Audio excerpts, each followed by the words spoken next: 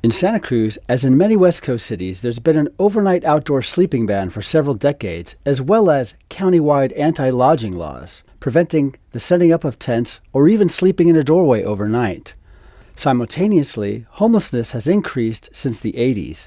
Without simple shelter to meet the demand, many thousands have been criminalized because of these laws. Recently, there's been a Supreme Court case challenging the validity of such laws, forcing cities to suspend them. In addition to this, due to the COVID-19 pandemic, government and health officials have instituted shelter-in-place requirements that have allowed people to reside in tents. We've now seen a proliferation of homeless tent encampments. In an effort to reduce the negative effects of large camps and local parkland, local governments have operated managed encampments with hired security and gate monitors.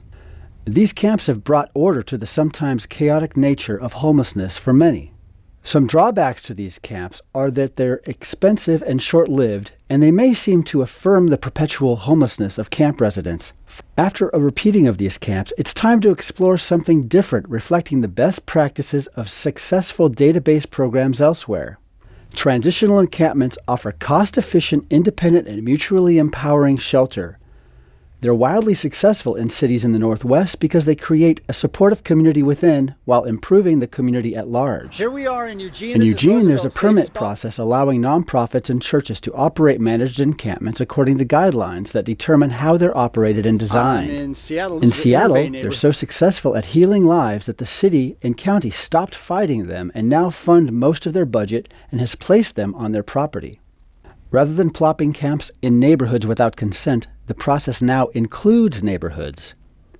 If things go wrong, the nonprofit is responsible and the contract won't be renewed, so there's incentive to get it right.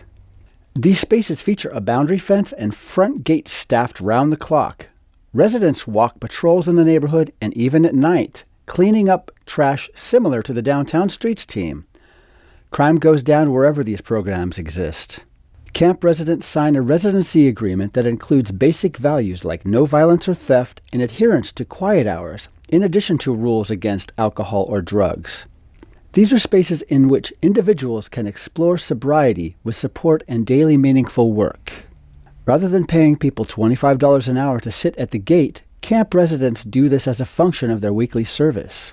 Encampment residents become responsible for the safe operation of their space and are invested in each other's success as they hold each other accountable for individual actions. There's a casework program with targeted goals. A grievance procedure is used to resolve conflicts, and there are regular in-camp community meetings.